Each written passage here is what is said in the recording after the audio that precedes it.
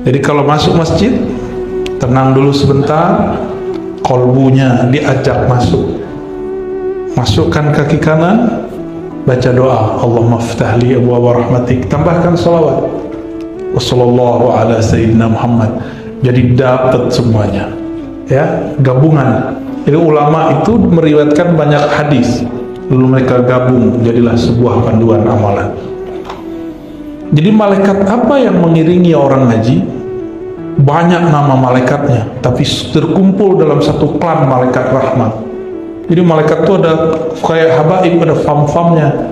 Kayak Allah bukakan bagiku pintu-pintu rahmat. Pintu rahmat itu tidak hanya kiri kanan, itu dari atas, macam-macam.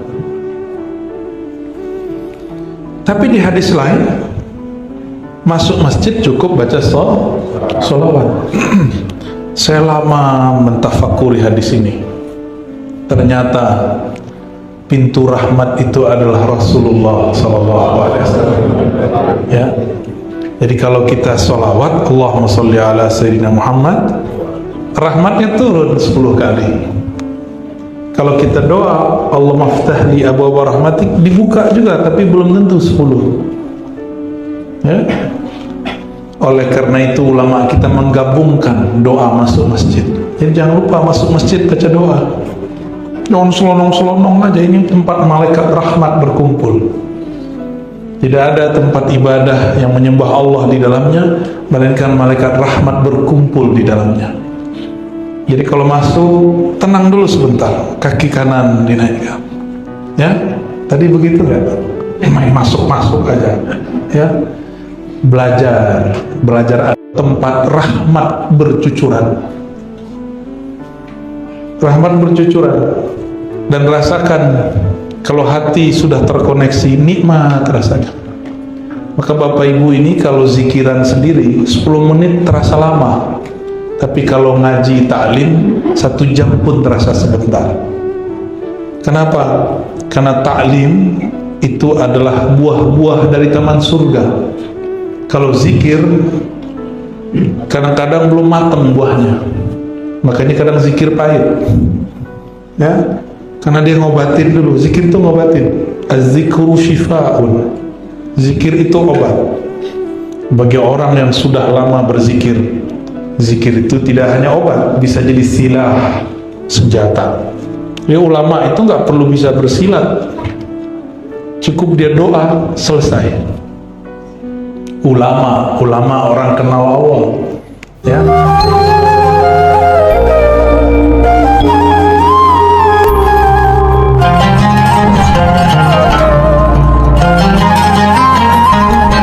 Rabbil alamin, hamdal hamidin, hamdal mustaghfirin, hamdan yuafi ni'amahu yukafi'u mazidah. Amma ba'du. Allahumma salli wa sallim wa barik ala sayyidina Muhammadin al-fatih lima ughliq wal khatim lima sabaq nasir al-haqqi bil haqqi wal hadi ila siratikal mustaqim wa alihi haqqa qadrihi wa miqdarihi al-azim. Allahumma salli ala sayyidina Muhammad al-nur al-dhati wa sirri sari fi jami' al-asma'i wa sifat wa alihi wa ashabihi wa nabiyhi wa sallam.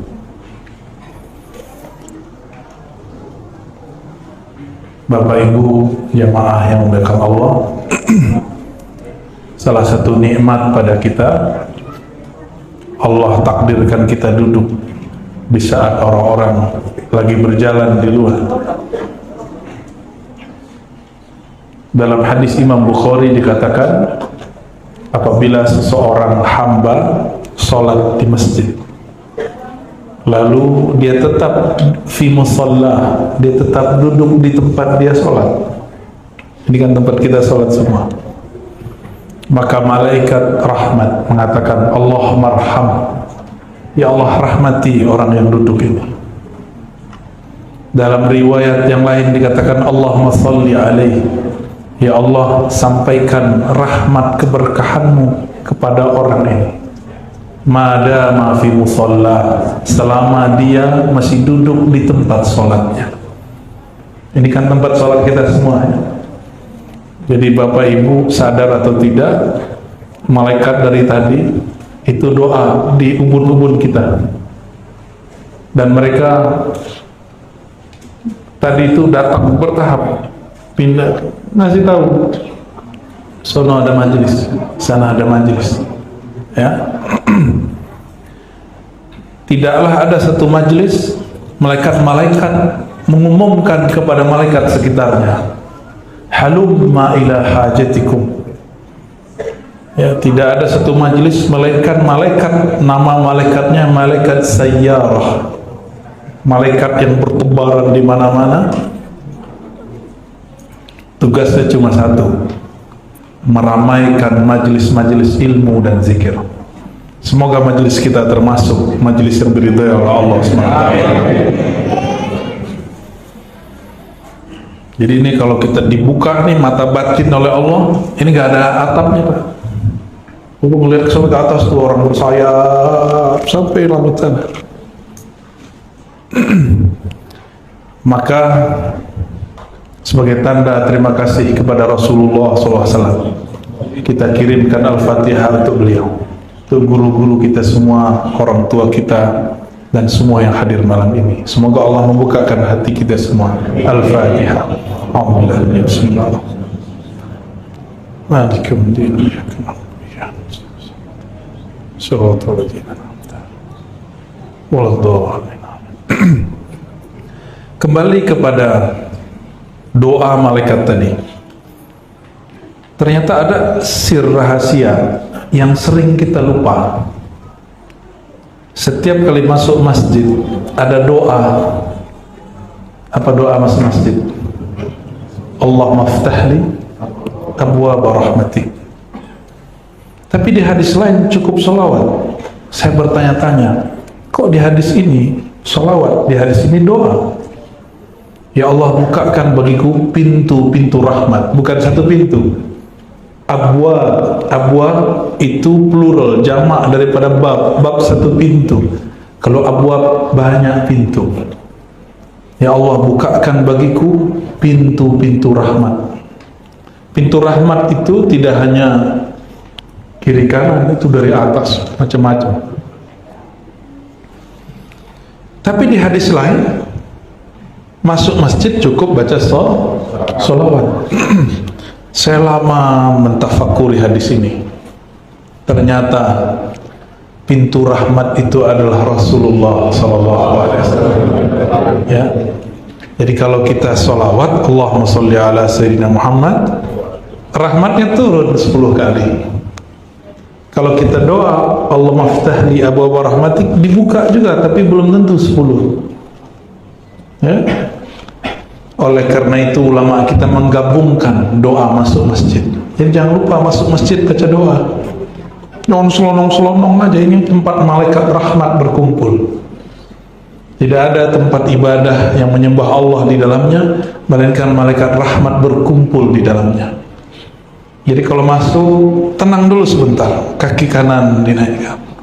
Ya, tadi begitu ya, main masuk-masuk aja. Ya, belajar tempat rahmat bercucuran. Rahmat bercucuran. Dan rasakan, kalau hati sudah terkoneksi, nikmat rasakan. Maka Bapak Ibu ini kalau zikiran sendiri 10 menit terasa lama. Tapi kalau ngaji ta'lim 1 jam pun terasa sebentar. Kenapa? Karena ta'lim itu adalah buah-buah dari taman surga. Kalau zikir kadang-kadang belum matang buahnya, makanya kadang zikir pahit. Ya, karena dia ngobatin dulu. Zikir itu ngobatin. Az-zikru syifa'un. Zikir itu obat. Bagi orang yang sudah lama berzikir, zikir itu tidak hanya obat, bisa jadi silah, senjata. Ya, ulama itu nggak perlu bisa bersilat, cukup dia doa selesai. Ulama orang kenal Allah. Ya. Tadi kita makan, teman-teman pada senang. Makan di suatu tempat, kawan kita yang sudah niat mau bayar, tahu-tahu kaget sudah dibayarin. Nggak kenal juga nih orang berdua. Dia sebut, saya murid Habib Fulan. Oh, langsung Jadi cukup dengan saya murid Habib Fulan, baru tawassul sama zuriatnya sudah senang, apalagi tawassul dengan kakeknya yaitu Rasulullah Sallallahu Alaihi Wasallam. Jadi kalau masuk masjid, ini tempat rahmat, maka minta Allahumma ftahli abwaab. Nah, adik-adik itu udah hafal, cuma mereka kan anak-anak, nggak mengerti rahasia. Kita kalau sudah mengerti rahasia, kita ambil. Jadi kalau masuk masjid, tenang dulu sebentar, kolbunya diajak masuk. Masukkan kaki kanan, baca doa, Allahumma ftahli abwaab rahmatik, tambahkan salawat. Wassallallahu ala sayyidina Muhammad. Jadi dapat semuanya, ya, gabungan. Jadi ulama itu meriwayatkan banyak hadis, lalu mereka gabung jadilah sebuah panduan amalan. Jadi malaikat apa yang mengiringi orang ngaji? Banyak nama malaikatnya, tapi terkumpul dalam satu klan malaikat rahmat. Jadi malaikat itu ada kayak habaib, ada fam-famnya, kayak bangsa, ada suku-sukunya. Ada suku Bugis, Banjar, ya, Jawa, Sunda, Minang, Aceh, macam-macam, Madura, semuanya ada. Kalau asli Kalimantan namanya apa? Dayak. Di sana juga begitu. Malaikat itu ada fam-famnya.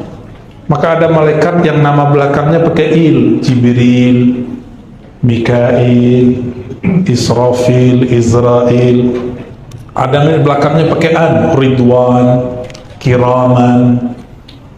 Ada yang pakai id, kita katibin, hafizin. Ada yang pakai ta, sayyarah, hafazah. Itu fam-fam kan kita. Hamalah, hamalatul arsh. Ada malaikat zikir-zikir, malaikat azkar. Ya, banyak. Malaikat itu punya tubuh, tapi bukan tubuh fisik. Tubuhnya, tubuh nur. Kalau tubuh kita kan tubuh tin, kita kan tercipta dari tanah, maka tubuh ini tanah, tini, maka disebut tubuh fisik tanah. Mereka tercipta dari cahaya, maka tubuh mereka jisim nuri, jisimnya jisim nur. Kita ada darahnya, Pak.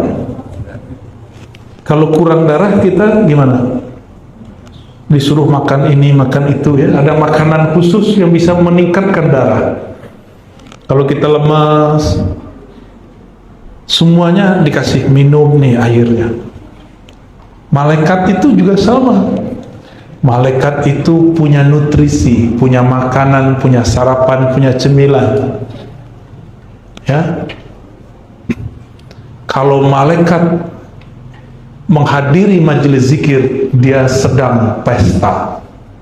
Jadi kapan pesta malaikat? Kalau ada majelis zikir. Di atasnya pesta lagi, taklim. Jadi kapan mereka kemudian girang? Kalau ada taklim.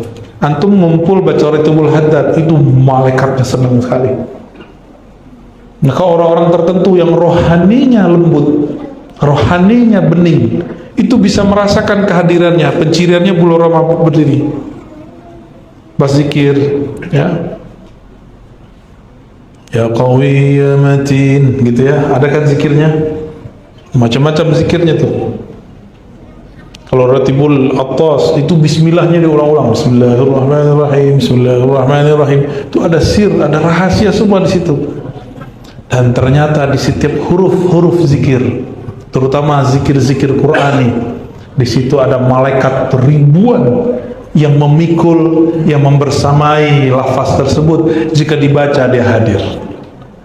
Tapi hati-hati, setan, iblis, karena mengenal rahasia itu, dia siapkan tentara-tentara malaikat palsu.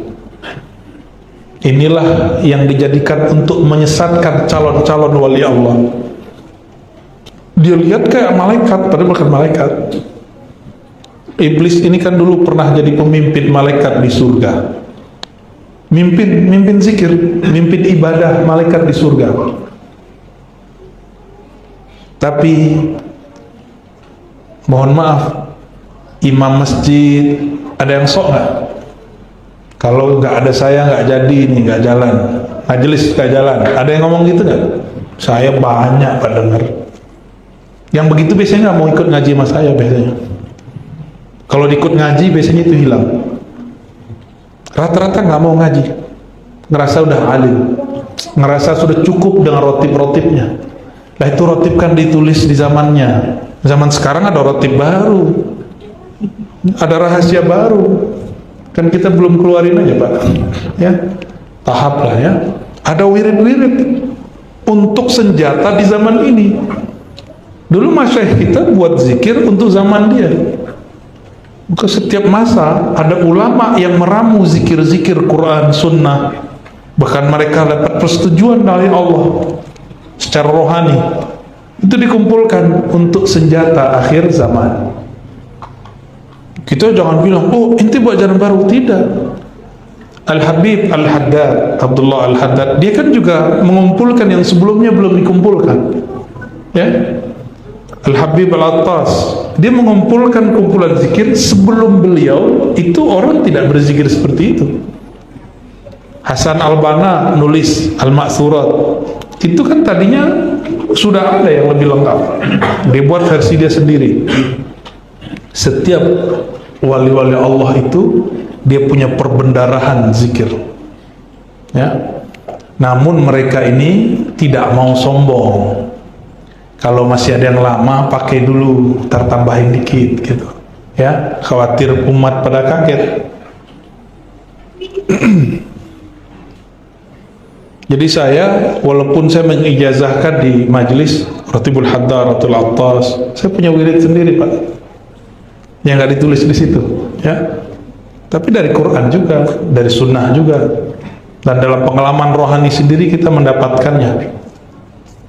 Tentu nggak boleh keluar dari kaidah Al-Quran dan Sunnah, karena Al-Imam Junaid mengatakan ilmuna muqayyadun bil kitabi was sunnah. Ilmu kami, ilmu zikir ini, ilmu ma'rifatullah berkaitan muqayyad, nggak boleh keluar dari kitab dan sunnah.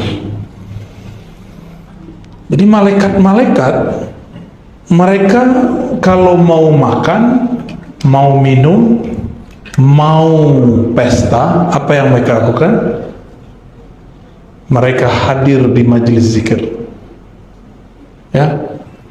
Berarti Bapak Ibu ini kalau rutin buat majelis, di sini sudah ada majelis rotib. Ya? Udah, rotib apa? Belum punya. Harus ada rotib sekali seminggu aja, malam Jumat atau pagi Jumat atau pagi subuh. Ratibul Haddad atau Ratibul Attas. Ratibul Attas jarang ya. Mau nggak ngamalin? Ya. Dia tuh bawa kertas kosong aneh jazain ya. Ratibul Attas, amalin tuh, itu asrar basmalah ada di sana. Harus punya wirid. Kata Imam Abu Ali Ad-Daqqaq yang dinukil oleh Imam Al-Qushairi dalam Ar-Risalah Al-Qushairiyah, zikrullah itu adalah senjatanya murid, senjatanya salib. Itu murid. Kalau wali beda. Murid senjatanya apa? Zikrullah. Senjata kalau di zaman sekarang seperti pistol. Kita punya tujuan nih, nembaknya pakai apa? Pakai zikrullah. Punya musuh, numbanginnya pakai apa? Pakai zikrullah. Itu kalau murid. Kalau wali beda Pak. Wali nggak begitu dia mekanismenya. Kalau wali itu ada musuh, nggak mesti dilawan. Kalau bisa jadi kawan, nah itu wali itu. Kalau ada orang dendam, nggak balas mendendam, tapi justru kemudian diperbaiki kolbunya, itu wali itu orang. Ya, kalau murid masih emosi, ya, singgung dikit, colek dikit, nggak tahu dia, saya ini pemegang Ratibul Haddad, Ratibul Attas, itu kenapa? Emang si situ udah jadi sakti pakai rotib. Ayo coba sini, ya, colek dulu sini, tumbang paling. Ya. Jangan kita merasa hebat dengan wirid-wirid kita, biasa aja. Yang bisa bikin kita zikir siapa? Kita doa, Allahumma a'inni ala zikrik. Ya Allah, bantu aku berzikir.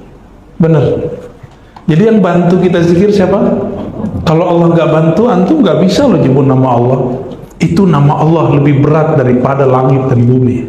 Diturunkan kepada gunung, gunungnya hancur, bergetar dia, khasyi'an mutasaddi'an. Tapi manusia punya chip, punya rahasia di dalam dirinya, namanya kolbu. Kolbu ini mampu menampung zikrullah. Maka kolbu itu disebut kolb karena dia elastis, nggak kaku. Orang-orang kaku tidak akan bisa menampung rahasia-rahasia Allah. Jadi nggak boleh kaku ya. Nggak ada namanya manhaj kaku, nggak ada. Manhaj kita, manhaj qalbiyah, ruhiyah. Kolbu itu ngikutin nama-nama Allah. Maka dia nggak selalu keras, ada lembutnya. Nggak selalu lembut, ada tegasnya. Ya. Nggak selalu nangis-nangis, ada saatnya suaranya naik. Tapi nggak marah-marah mulu. Masa tiap ta'lim marah mulu? Capek juga kita ya. Kita kan bukan makhluk binatang buas kerjanya marah mulu tiap hari. Kita ini juga ada sisi lain ya. Allah itu sisi lembutnya lebih banyak ditampilkan daripada sisi kerasnya. Maka coba lihat setiap surat kecuali satu surat dimulai dengan Rahman Rahim. Ya benar. Kenapa Allah tidak menggunakan lafaz Bismillahil Jabbar, Bismillahil Qahar, dengan nama Allah yang maha merubah, yang maha perkasa, yang maha menghancurkan? Enggak, Allah nggak gunakan itu. Tapi kenapa orang membayangkan Allah itu tegas, Allah itu kasar, Allah itu pemarah? Jadi bayangan anak-anak tuh, karena bapak ini sering marah nyuruh anak sholat. Ya benar ya, ibu-ibu jangan suka marah-marah nyuruh anak sholat ya. Anak itu dia nggak seneng serius-serius amat, bener nggak deh? Masih pada bingung tuh, ini kan diajak ngomong gitu nggak connect. Maka mereka mau ke masjid, saya udah seneng. Jadi salah satu yang bikin saya senang di masjid ada anak-anak. Mau dia ribut di luar, kalau di dalam penting bisik-bisik. Mau dia ribut di luar, itu saya senang sekali. Karena anak-anak ini nggak ada dosa. Kita mata nakal dikit dosa pak. Anak-anak nggak ada dosanya. Jangan-jangan kita selamat karena ada anak-anak. Maka dulu kakek dari guru kami, Syekh Taufik Al-Buti, dia punya kakek namanya Mula Ramadan Al-Buti. Kalau ada kejadian besar di Damaskus, Suriah, maka untuk sholat hajat atau sholat istisqa atau sholat apa, itu dikumpulkan anak-anak. Suatu kali paceklik tidak turun hujan berbulan-bulan. Kebayang nggak?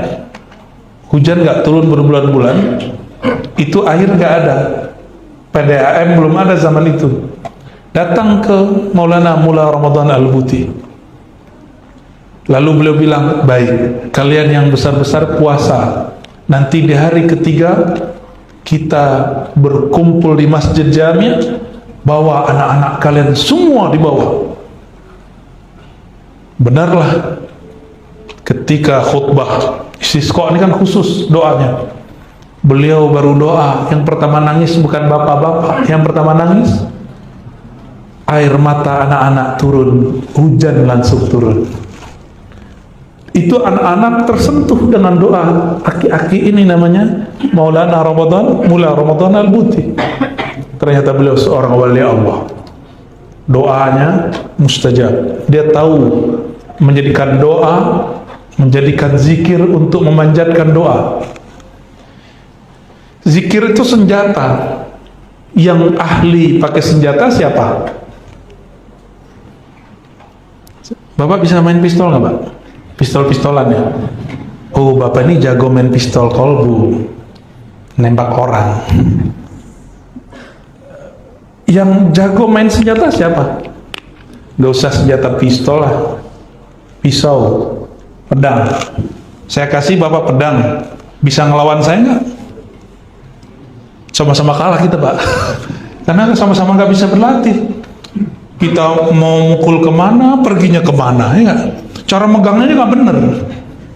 Pakai medang begini, nggak nyambung, nggak kena, nggak kuat, colek dikit jatuh.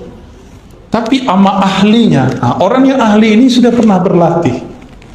Dia berlatih. Baru dia jadi ahli. Baru zikirnya dapat menjadi senjata.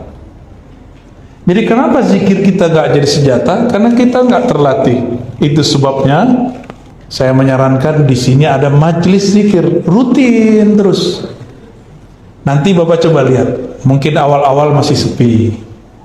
Tapi kalau sudah rutin, ini ustadznya kan nggak sabar. Jadi ustadz nggak sabar, gimana sih jadi ustadz? Ya, gimana mau jadi murabbi, pembimbing ruh, pembimbing nafsiyah? Dia aja nggak sabar sama dirinya, gimana mau sabar sama orang lain? Ya, jadi mulai orang mau 7 orang, mau 5 orang, mulai mau dibid'ahin orang, biarin. Kita zikir aja, Pak. Saya pasti terantum dibid'ahin orang. Ya, kita maklum lah ya. Atau ada yang ngomong, dia nggak suka bidahin. Hari gini masih rotiban. Ada yang ngomong begitu, ya. Kita jalan aja, Pak, dan perhatikan. Nanti orang tambah lama, tambah rame. Kita nggak berharap mereka rame, kita berharap Allah ridho. Kenapa rame? Itu pertanda malaikat sudah tahu. Malaikat tahu, Pak. Kalau malaikat sudah tahu, dia berkunjung terus. Jadi malaikat itu lebih disiplin. Kalau Bapak nih sudah punya majelis, itu jam berapa, hari apa, dia sudah datang duluan sebelum kita datang. Malaikat yang dulu hadir. Ntar dia ngabarin lagi ke malaikat yang lain. Karena mereka ini kecepatannya cahaya, maka dia mengabarkan seperti cahaya. Cepat nyampe. Manusia itu kan ada sisi fisik. Fisik kita ini mengandung 2 karakter binatang ternak yang suka syahwat, makan, minum, kawin, tidur. Benar kan? Ini udah pada kawin kan ini? Ya, makan kan? Atau udah nggak butuh makan? Tuh, sama kayak binatang ternak. Mohon maaf, apa yang bedain kita dengan dia? Binatang ternak nggak ada emosi. Berarti ada binatang lain sisi kita. Apa itu? Sisi buas, pemarah. Ada yang suka marah nggak? Hari ini Bapak dimarahin Ibu atau Ibu dimarahin Bapak? Atau kangen? Belum ada yang marahin, Ustaz? Maksudnya apa? Masih jomblo. Baik. Ini karakter 2 ini. Kalau ada rumah makan rame tuh, itu berarti karakternya kita sedang merawat karakter hewan ternak. Benar nggak rame rumah makannya enak? Itu kita sedang merawat. Kalau binatang buas itu cari lawan tuh. Ada sisi lain kita, karakter malaikat. Jadi dalam diri kita ada nur. Nur yang ada dalam diri ini satu jenis dengan malaikat. Dia kenyangnya bukan dengan makan. Dia bahagianya bukan dengan mainan. Dia senang bahagia kalau ada zikir, majelis ta'lim. Jadi nanti kalau pengurus punya ustadz, ya rutin di sini buat zikrullah, nanti akan hidup sisi nur yang ada di orang sekitar. Lambat laun sisi nur yang di dalam diri dia akan hidup. Awal-awal kalau dulu saya masih kecil, kenapa ikut pengajian? Dulu kalau habis pengajian makan-makan. Dulu dan di kampung saya itu kalau pengajian makannya enak, bukan kebuli. Di kampung saya itu ada kambing tuh dibuat rempah-rempah, enaknya bukan main. Ya, kita tahu kebuli baru pas sudah ke Jawa ya. Di Sumatera dulu nggak ada saya ketemu, karena emang di kampung saya nggak ada majelis habaib, nggak ada. Ya mereka nggak percaya habaib dulu, nggak tahu kalau sekarang ya. Itu kita mau ke majelis karena ada makanan ujungnya. Itu jadi saya kalau ingat-ingat masa kecil, Ini contoh nih, Bapak ini punya memori masa kecil nggak?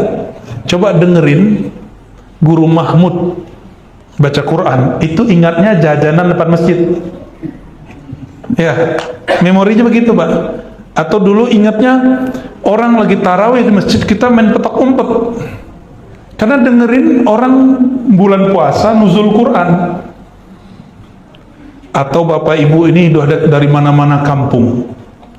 Di kampungnya sebelum subuh, sebelum sholat ada tarhim. Assalatu wassalamu alaik, gitu ya. 5 menit sebelum sholat. Setiap kali mendengar itu, masing-masing Bapak ini yang datang memorinya beda-beda. Kalau kampungnya di Bugis, ingat Bugis. Yang kampungnya di Banjar, ingat Banjar. Yang kampungnya di mana kampungnya, Pak? Jawa ya, tuh muka Jawa nggak bisa nolak, Pak.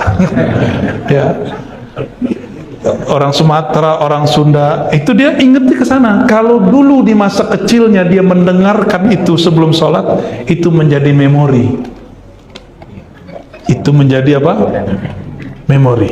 Nah, Bapak Ibu yang bukan Allah, itu memori ini, memori telinga, pendengaran. Kita punya memori yang lain, memori nur. Nur itu memorinya zikrullah, zikir, zikir, zikir, zikir, zikir. Maka setiap kali ada zikrullah, dia kayak ingat sesuatu tapi dia nggak tahu dia ingat apa. Benar nggak? Orang kalau zikir yang enak, dia akan connect kepada sesuatu tapi dia bingung, dia sebenarnya ingat siapa. Ada yang ingat wajah Allah nggak? Nggak ada kan? Nah, karena kata wajah di situ bukanlah wajah. Wajhun laka wajhin. Itu wajah tapi bukan muka seperti ini. Wajah itu kan sesuatu yang menghadap. Disebut wajhullah. Itu adalah cara Allah menghadap kepada hambanya. Ya. Di saat Bapak Ibu itu zikir, sebenarnya Allah lagi memandang. Senang nggak dipandang sama orang cantik, orang gagah? Ibu-ibu diperhatiin cowok keren, mau nggak? Salah tingkah ya. Nah, makanya orang kalau zikir, bulu romanya merinding. Itu dia lagi dipandang Allah. Merinding gitu. Dia bingung, kenapa saya merinding? Allah sedang memandangnya. Nah, Allah itu, ini kajian tauhid, tapi tauhid versi ahli hakikat, bukan versi kelompok sebelah kiri dan kanan. Ya, istilahnya sama, maknanya berbeda. Ini namanya tauhid ma'rifat uluhiyah. Kita tambahin istilah ma'rifat depannya. Tauhid ma'rifat uluhiyah, ada tauhid ma'rifat rububiyah. Ketika hamba berzikir, Allah sedang memberikan ma'rifat rububiyah kepada kita. Apa maksudnya? Rububiyah itu adalah, nih tolong diingat-ingat Pak ya, rububiyah itu keesaan Allah yang Allah pancarkan melalui makhluknya. Ini kalau di kelompok sebelah, saya nggak ada urusannya. Kita lagi nggak bahas kelompok sebelah kiri dan kanan ya. Ini kita lagi bahas kita dan Allah. Kita dan Allah. Jadi Allah kalau menyebutkan wajah, itu maksudnya apa? Ya, wajhur rububiyah. Ya, wajah rububiyahnya. Wajah itu menghadap. Bapak kalau menghadap pakai punggung, pakai ini. Maka ini yang disebut wajah. Benar. Kan Allah bukan makhluk. Ya, Allah bukan makhluk. Karena Allah bukan makhluk, maka menghadapnya bukan dengan wajah fisik, bukan juga dengan wajah batin, tapi dengan ketauhidannya. Saat si hamba menyebut nama Allah, berarti Allah sedang ingin mengangkat dan memuliakan si hamba menjadi pantulan wajah rububiyahnya. Rububiyah artinya penciptaan, pengaturan alam semesta. Jadi kalau Bapak dizikir, itu rububiyah nur. Nur yang muncul namanya nur Rob, rububiyah. Ada apa?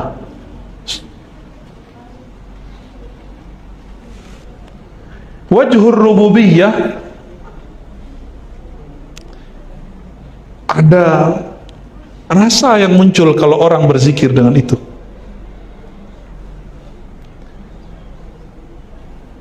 Nah, di sini ada dua cabangnya.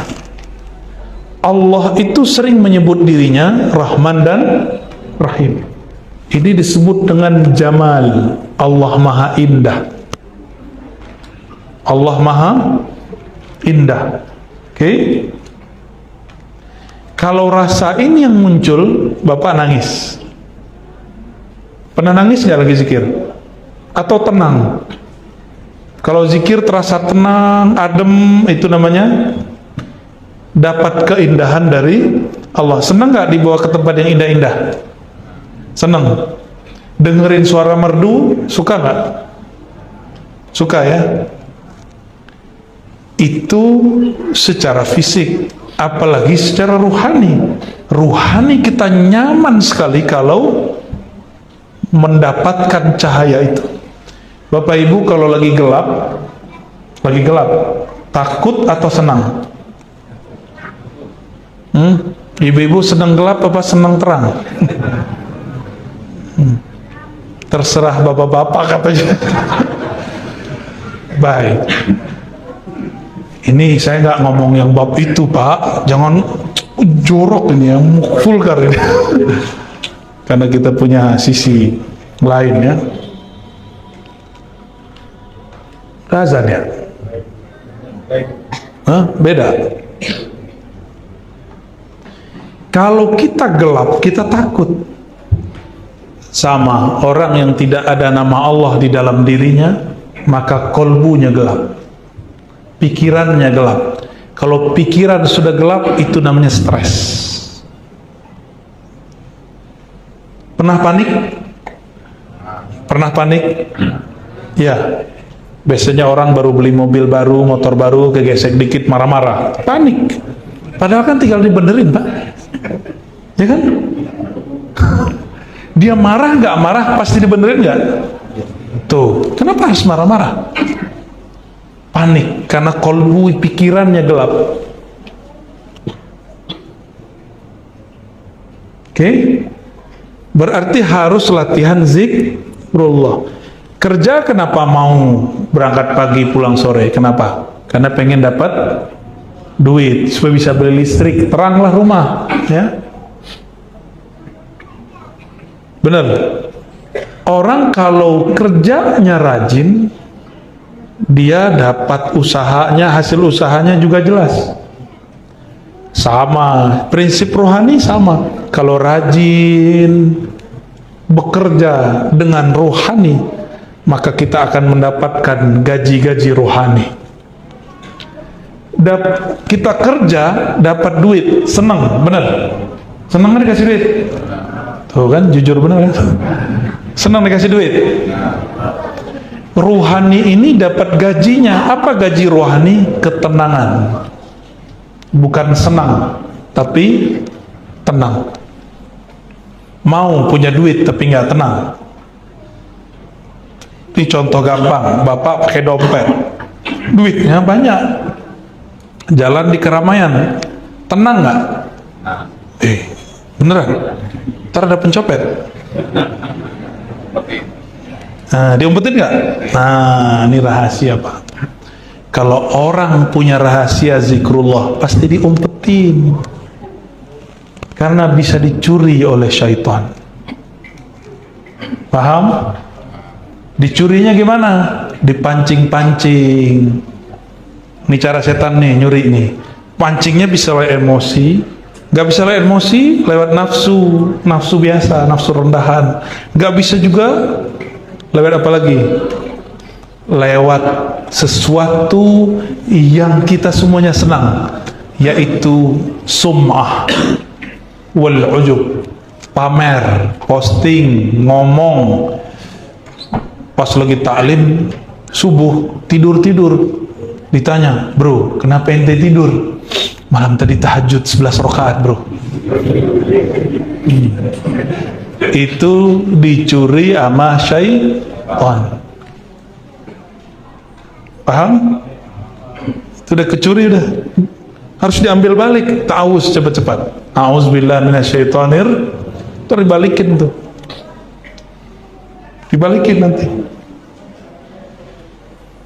Nggak berhasil juga. Nah ini banyak nih, mumpung nih masjid musola masjid. Masjidnya lagi bangun nih, yang sedang bangun tulus-tulus bener Pak. Kenapa? Ini diintai terus sama setan. Setan itu paling senang mengintai orang yang berjasa untuk umat. Gimana cara ngintainya? Nanti dia kirim tentara dia, panas-panasin tuh orang supaya nyinggung si panitia, pengurus masjid. Udah jadi masjidnya, kalau perlu jangan jadikan dia pengurus lagi. Udah gak jadi pengurus, setan bilang, bro, itu kamu dibuang sama mereka. Padahal kalau nggak ada kamu, masjid nih nggak jadi. Nah, itu jelas kedengeran nama saya Pak. Kedengeran setan yang ngomong. Serius.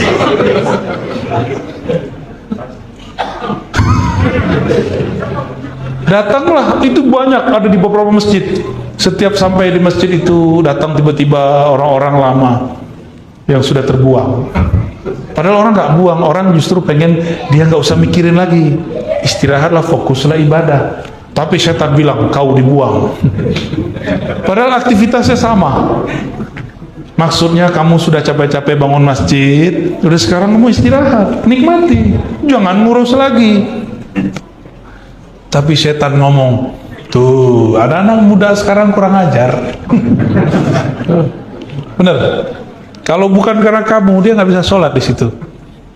No, kata-katain sekalian. Benar. Maka setan memanfaatkan emosi kita, lalu kita ngomong, itu masjid. Kalau bukan karena saya, ngomongnya ke saya Pak. Dia nggak tahu saya, dengerin dia. Kita intelnya dia kan, ngintelin setan kita. Kalau bukan karena saya nih Ustadz, ini masjid tak jadi.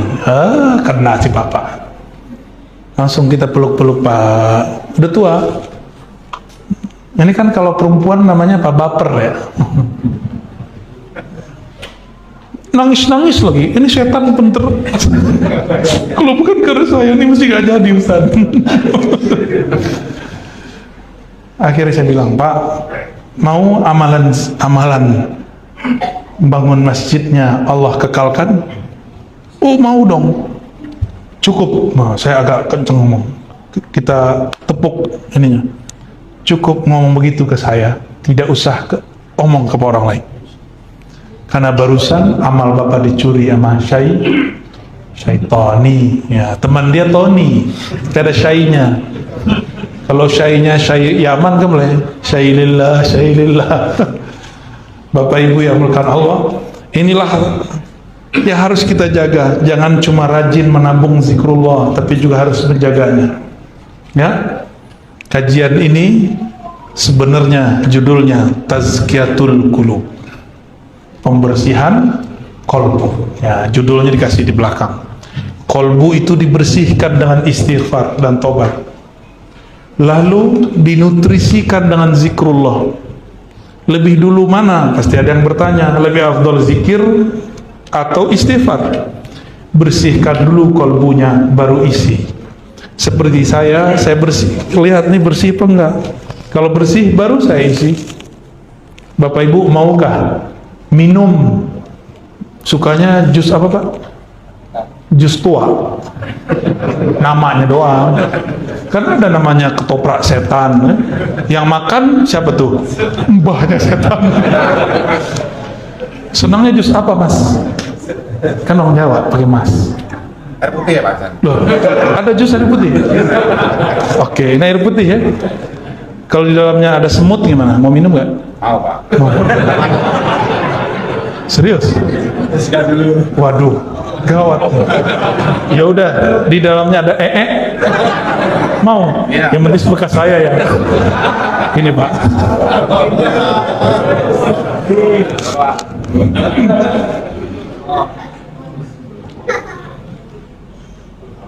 itu itu orang mahabbahnya sudah melebihi. Ya udah pegang silakan. Saya sudah kenyang, Pak. Habis ditraktir orang sampai bingung mau makan apa. Kalau Bapak lain cerita, mau nggak di gelas ada lalat terus diminum, airnya bersih, lalatnya menjijikkan.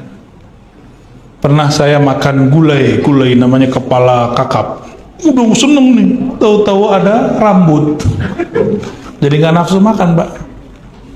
Ya, oh saya lagi kenyang, pura-pura kenyang, padahal nahan hatinya. Ada perasaan gak nyaman. Kalau di kolbu masih ada sesuatu kotoran, itulah yang membuat kolbu tidak dapat menikmati zikir apapun. Oleh karena itu harus belajar cara membersihkan kolbu. Caranya istighfar kolbiyah. Di kolbu itu ada noda-noda, catat dalam hati. Pertama, syirik. Orang Islam kan nggak ada yang syirik. Cuma ada orang Islam nuduh kita syirik, Pak. Benar ya? Bapak kan suka rotiban. Oh, ada tawasul, dianggap dia syirik. Dia nggak tahu arti syirik itu apa, tawasul itu apa. Dia punya bayangan tawasul itu nyembah selain Allah. Jadi dia buat definisi sendiri, terus dia kafir-kafirkan sendiri. Padahal istilah itu bukan istilah dia. Jangan buat istilah sendiri. Coba, ketoprak setan itu isinya apa? Ketoprak kan, namanya ketoprak setan, sama kayak hotdog. Emang itu ada dog di situ? Ada dog nggak di situ? Ini adik-adik ini suka hotdog kan? Nggak tahu kali dia hotdog ya. Hotdog itu artinya apa? Anjing hot. Ya. Anjing panas. Tapi isinya anjing nggak? Enggak. Kalau orang makan dia bilang anjir lo gitu ya. Iya, dia lagi kesel sama orang. Tapi isinya nggak ada anjingnya, Pak. Makan begitu haram nggak? Kalau orang yang mengartikan ini salah, itu anjing panas, haram. Dia mengharamkan sesuatu yang dia tidak tahu. Sama orang yang mengharamkan tawasul, dia punya definisi sendiri. Kita kasih tahu dia nggak percaya. Paham? Ya. Nah, inilah masalah kenapa tidak selesai antara umat Islam sesama umat Islam. Karena tidak mau konfirmasi benar nggak istilah saya ini. Dulu saya dikabarin, itu orang ziarah kubur tuh, nyembah kubur tuh. Kita ikut-ikutan juga mensyirikkan orang ziarah kubur. Akhirnya kita penasaran, kita datang ke majelis kuburiyun itu ya. Ternyata nggak ada tuh nyembah kubur, malah doa, Allahumma firlahu warhamhu. Mana yang nyembah kuburnya? Ternyata manhaj su'uzzon, ini berbahaya. Manhaj buruk sangka, ini berbahaya. Allah mengajarkan husnuzon, dia bersu'uzon. Melanggar sunnah gak? Maka manhaj sunnah itu bukanlah manhaj nyala-nyalain orang. Manhaj sunnah itu manhaj berhusnuzon kepada banyak orang. Ya, udah husnuzon hari ini? Udah, beneran. Tadi jalan kayaknya ngebut-ngebut, ngebel-ngebel orang parah tuh. Taib, ya, sampai jam berapa? Sudah cukup ya? Ya? Pertanyaannya baik, silakan. Bagi jemaah yang bertanya, dua pertanyaan yang melanjutkan kajian berikutnya, satu dari laki-laki dan satu perempuan. Pertanyaannya,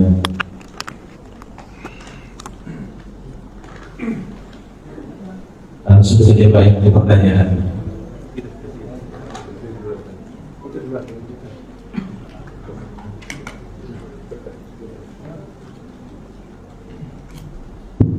Assalamualaikum warahmatullahi wabarakatuh. Sebelumnya ini ada pertanyaan satu terkait dengan masalah zikir. Zikir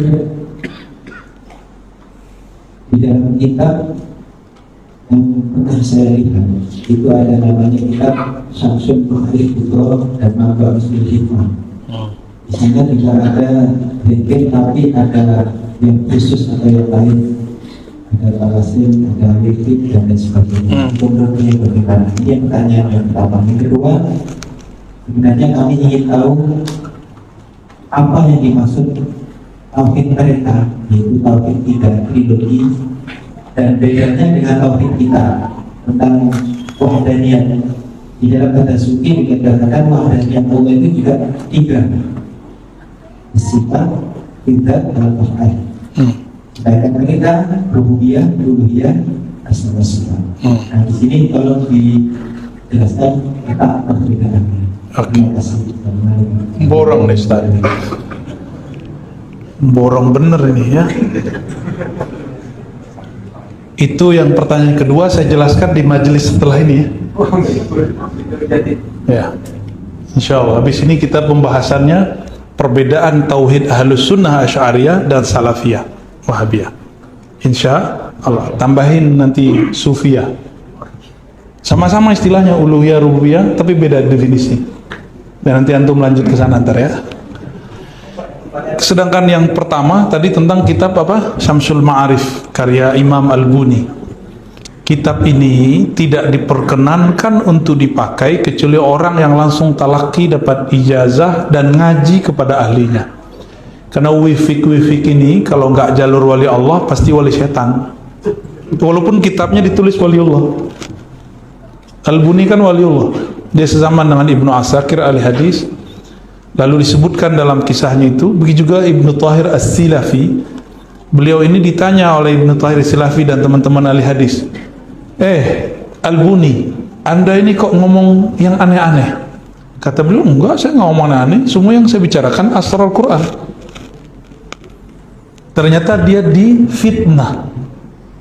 Maka sudah jadi tabiat sunnatullah, siapapun yang memegang ilmu Imam Al-Buni pasti difitnah. Maka antum tinggalkan dulu Ustaz, karena nggak talaki kan, cuma baca aja kan. Ya jangan, tidak cukup. Itu kitab isinya wifik. Wifik itu dari kata wafaqa, nulis bentuk gores-goresan tertentu dengan simbol-simbol angka yang sesuai dengan jam dan waktu, dan porsi-porsi kalimat dan angkanya harus sesuai. Misalnya untuk penjagaan rumah. Cuma masalahnya di setiap angka-angka dan huruf itu ada makhluk yang Allah titipkan.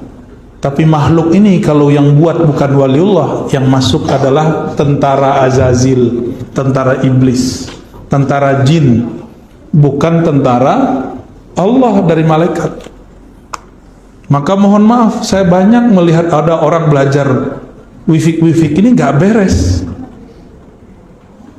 Nggak beres, rata-rata nggak beres, karena dia nggak belajarnya ke waliullah.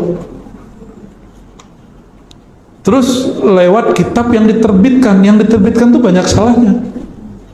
Karena itu salah satu huruf itu repot nanti kesananya.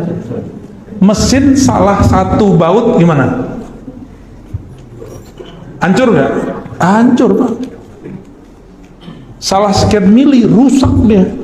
Inilah yang bikin santri-santri aswaja banyak jadi begini. Dia kira mau jadi sufi, terjebak kepada kebatinan. Itu namanya kebatinan. Ilmunya ada. Karena ma'rifatullah itu dan ma'rifat ghairillah ada pada huruf dan angka. Simbol-simbolnya. Simbol-simbolnya ada di huruf. Makanya kalimat-kalimat yang paling dahsyat di Quran itu ada pada huruf-huruf. Bismillah ada pada huruf ba, ada pada titik. Al-Buninya nggak ada masalah. Cuma kalau ada orang nggak punya sanad nyambung kepada beliau, dikhawatirkan nggak ini. Cuma dapat ijazah am, nggak usah ngamalin. Ijazah umum nggak usah. Dia harus bab per bab dia ngaji kepada gurunya. Dulu di Mekah ada namanya Syekh Mukhtar Al-Tarid, kemudian Syekh Muhammad Ahyad, ya, Syekh Abdul Hamid Amin, guru daripada guru-guru kita di Indonesia. Itu orang Indonesia, cuma tinggalnya di Mekah. Ya, mereka inilah yang menjelaskan asrar itu sesuai manhaj kewalian. Tapi banyak sudah enggak ya. Makanya saya pernah berkunjung ke suatu tempat yang belajar kitab itu. Kita lagi sholat ada orang teriak-teriak Pak. Oh berarti nggak beres tuh. Mungkin dia ngeliat makhluk aneh-aneh kali. Karena setiap huruf itu ada khadamnya. Khadam ini terbagi dua, ada khadam langit, ada khadam bumi. Kalau khadam langit malaikat, kalau khadam bumi bentuknya mirip. Maka Bapak kalau ke rumah-rumah makan, kalau yang sensitif tuh tahu, wah ini ada rajah nih ya. Rajah yang bikin wali Allah atau wali setan, ketahuan juga Pak. Jadi Raja Wifik itu kayak Sandi Marse. Ya, sandi, dia simbol-simbol. Orang-orang intel bumi nih, polisi, tentara, itu dia pakai simbol-simbol dulu. Dulu perang dunia kedua, pertama pakai simbol. Sampai hari ini perang langit, perang bumi, perang setan, perang malaikat itu pakai simbol Pak. Perang wali-wali Allah itu pakai simbol-simbol. Ada hurufnya. Nah ilmu ini insya Allah nanti akan diberikan kepada Al-Imam Al-Mahdi dan semua pengikutnya. Nanti golongan setan dapat simbol juga, tapi beda simbolnya. Maka hati-hati dengan ilmu simbol. Siapa tahu itu simbol-simbol syaitan. Dengan gak mungkin ilmu kewalian diobral di YouTube. Gak mungkin, mana ada diobral di YouTube. Ya, terakhir. Cukup satu lagi ya? Atau dari akhwat satu ya? Akhwat satu boleh. Ada? Ada di belakang. Boleh. Yang penting saya ngerti. Kalau nggak ngerti saya bilang nggak tahu.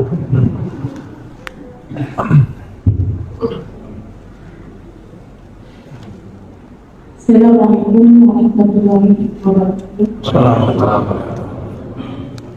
Mungkin ini Jamnya telat. di luar tema yang Ustaz. Telat. Mungkin saya bertanya menyakitkan hati saya karena lama sudah dilewati hati saya. Saya bercerita sedikit. Di sebuah taklim ada yang mengatakan ada perbedaan doa arwah antara suku. Saya garis bawahi, katanya ada suku Jawa dan suku Banda. Apakah ini memang betul? Saya bertanya kepada Pak Ustaz. Baik. Perbedaan doa arwah. Doa arwah itu bulan Sya'ban ya? Ya, sama. Maksud saya sama nggak? Kita samain dulu nih. Kan kalau bulan Sya'ban ada namanya ruahan, ada doa arwah. Oh, doa para arwah yang sudah wafat. Yang mana Bu? Yang sudah wafat. Oh, orang kalau sudah wafat nggak ada lagi suku Banjar, nggak ada lagi suku Bugis, nggak ada lagi suku Jawa. Kalau orang sudah wafat nih, sukunya mukmin, kafir, waliullah, wali setan. Ada satu lagi, munafik. 5. Kita suku yang mana? Jadi nggak ada lagi, nggak berlaku. Suku-suku yang sekarang itu kan nggak murni juga. Emang Bapak yakin Bapak ini orang Banjar, orang Bugis, orang Jawa? Siapa tahu keturunan Cheng Ho ya nggak? Kan wajahnya mirip-mirip kayak ini petarung-petarung Cina. Sedikit. Kayak Bapak ini kayaknya ada Indianya kan? Ini ada Cinanya. Ini campur. Udah mix sudah. Banjar, Bugis, Minang, Jawa, Sunda, Batak, Aceh, apa lagi? Madura, Dayak, apa aja, Arab, tidak Arab, Arab maklum. Semua itu cuma suku badan. Bukan suku rohani. Ya. Allah itu bisa semua bahasa kan? Kalau di sini bahasa kita beda-beda, tapi di sana bahasanya sama, nggak perlu kursus. Jadi Bapak Ibu untuk bisa jawab pertanyaan malaikat nggak perlu kursus bahasa Arab. Harus belajar mengenal Allah, Tuhan Arab dan Tuhan yang bukan Arab. Kan lagi ramai. Ya, jadi jangan salah fokus. Kalau ada ustazah ngomong begitu, kita pertanyakan dulu dia siapa yang ngeluarin ustazahnya dia ya. Stempel ustadznya dari mana tuh? Tapi kalau maksudnya doa dalam bahasa orang Bugis Banjar untuk arwah beda-beda, mungkin karena beda kiai beda zikir. Ya, saya aja kalau ziarah bentar doang Pak. Ini kaget-kaget. Dulu kalau mereka ziarah kan 1 jam. Ini sama gurunya. Berdiri lagi kan pegel. Sama kita 15 menit paling lama. 10 menit udah lama banget. 5 menit biasanya saya udah selesai. Kita kalau ke kubur bentar aja. Salam, kirim doa, baca zikir yang disenangi orang itu. Lalu kita doa, udah selesai, kita pergi. Nah, kadang-kadang saya zikir dulu sebentar, kadang-kadang kita bertukar-tukar sandi kolbu, ya. Ada Pak sandi-sandi di kubur itu. Ada rahasia-rahasia di situ. Nah, jadi jangan mohon maaf ustazah gak boleh rasis bab doa ya. Ya. Baik, kira-kira itu karena kami masih melanjutkan perjalanan. Bapak silakan langsung sholat isya, kami jamak sholatnya ya. Jadi nggak usah salaman, langsung tawajuh kepada Allah ya. Mohon maaf atas segala kekurangan, semoga Allah sempurnakan kekurangan kita.